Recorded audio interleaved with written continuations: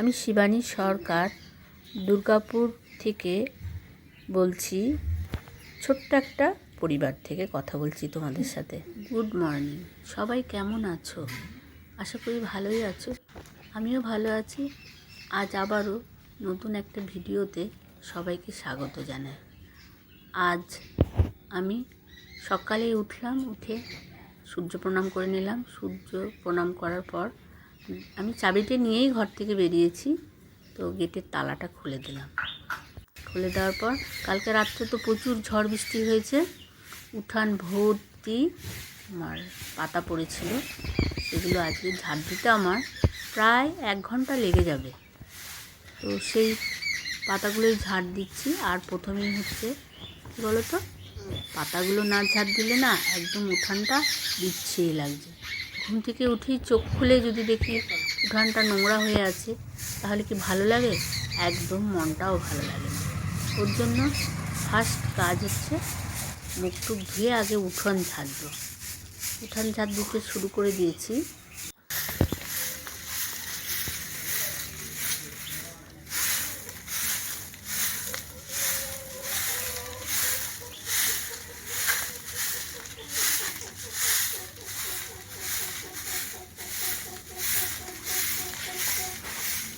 আমার ভিডিওটা যে যেখান থেকেই দেখো না কেন, একটা কমেন্ট করবে।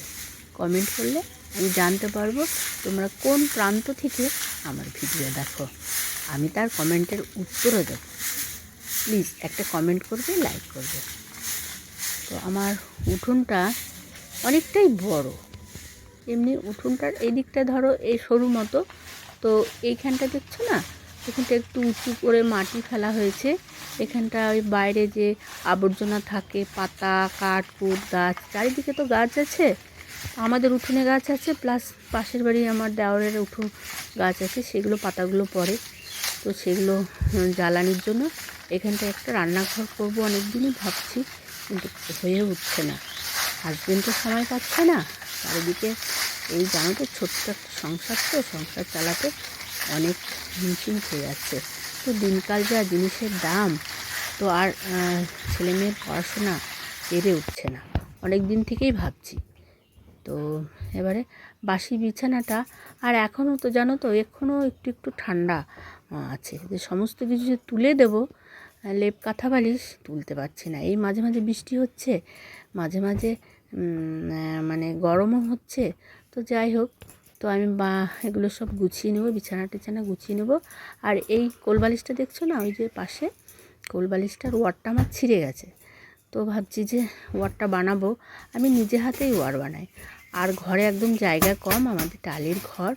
তো উপরে ওর জন্য বাঙ্কারের উপরে আমি চেয়ারগুলো উঠিয়ে রেখেছি। নিচে জায়গা নেই, কোথায় রাখবো? আর তো জায়গা কমের জন্য আমি উপরে উঠিয়ে রাখি। আর এই বালিশটার একটা ওয়ার বানাতে হবে, আমি নিজেই বানাই। তো একটুখানি ছিট আছে, একটা চুড়িদার বানিয়েছিলাম, চুড়িদারের একটু আমারই চুড়িদার বানিয়েছিলাম, তো সেই ছিটটা একটু বেঁচে গেছে। ওইটা একটু জয়েন দিয়ে এই কোলবালিশের কভারটা বানিয়ে নেব।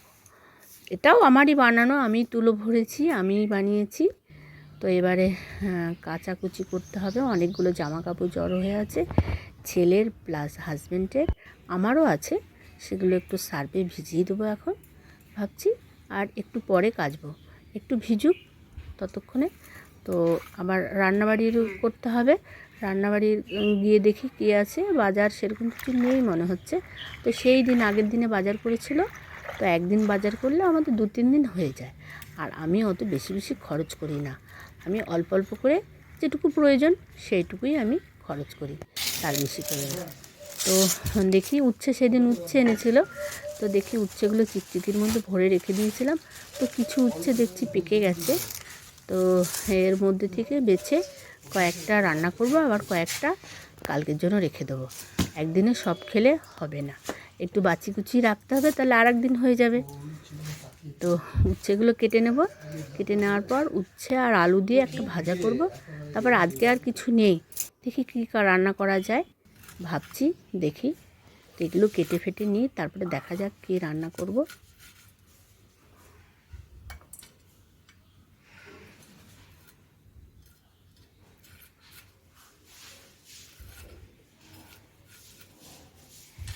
ভাবছি কতগুলো ডিম আছে, মুরগির ডিম, আমাদেরই মুরগি ডিম পাড়ে প্রায় ডেলি, প্রায় ডিম পাড়ে, একটা করে ডিম পাড়ে, মাঝে মধ্যে এক আধ দিন হয়তো বাদ দেয়, বাকি এমনি প্রায় ডিম পাড়ে।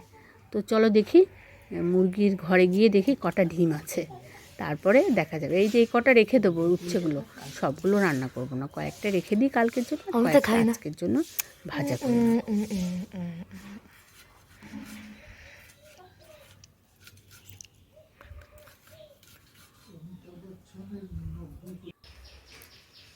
মুরগির ঘরে গিয়ে দেখি মুরগির ঘরে কটা ডিম আছে, চলো দেখি। আর মুরগিটা না আমাদের খুব লক্ষ্মীমন্ত মুরগি, মানে মুরগিটা না প্রত্যেক দিনই প্রায় ডিম পাড়ে, মাঝে মধ্যে হয়তো এক আধ দিন বাদ দেয়, বাকি এমনি প্রায় ডিম পাড়ে। মানে ধরো মাসে যদি 30 দিন হয় অন্তত 26টা ডিম দেয়, হ্যাঁ এক আধ দিন বাদ দেয়, তাহলে 26টা 27টা ডিম দিলে পরে অনেক সংসারে আয় হয়ে যায়।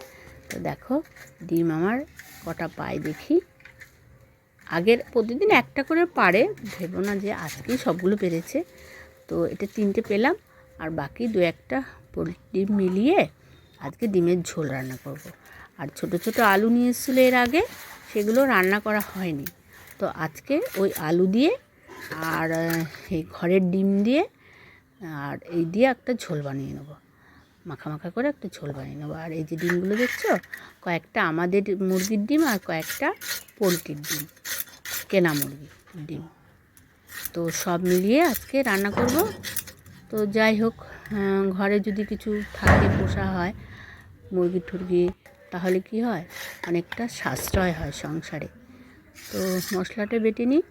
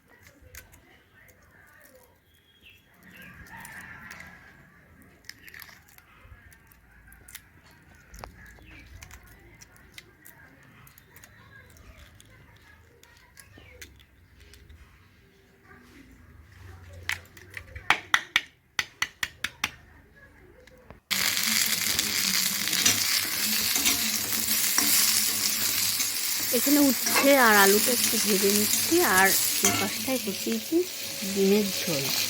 তো রান্না বেশি শেয়ার করা হয় না, কেন বলতে আমাদের রান্নাঘরটা একটু অন্ধকার, ওর জন্য বেশি রান্না শেয়ার করা হয় না। বাবু স্নান হয়ে গেছে তোমার? চলে এসো, ভাত বাড়ছি, চলে এসো।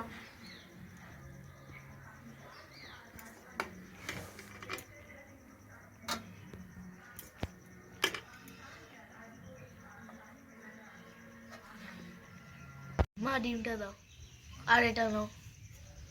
সব রকমই খেতে হয়, ওরকম করলে হবে না, ডিম তো দেবই। এখানে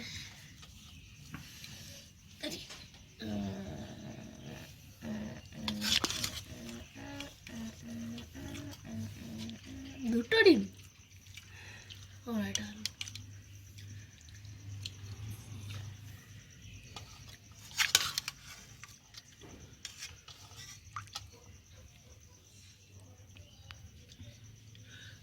পোলট্রি না মুরগি এটা? আমাদেরই হাঁসের ডিম, ঘরের? হ্যাঁ আমাদেরই ঘরে। বাহ, ভালোই দিয়ে যায়। বাবার এত বড় ডিম। একদম ঘরের, কিনে আনিনি কিন্তু ঘরের। মুরগি রাগ করবে না ডিমগুলো খেয়ে নিচ্ছে। হ্যাঁ মুরগি রাগ করবে না ডিমগুলো খেয়ে রাগ করবে, করবে, ও তো খাওয়ার জন্যই দিয়েছে। ওটাতে বাচ্চা বেরো তোমার।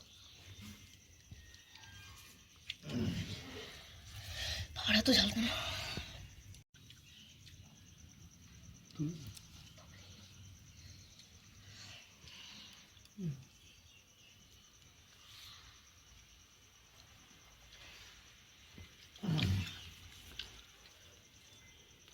ভালো হয়েছে, দেশি দারুণ।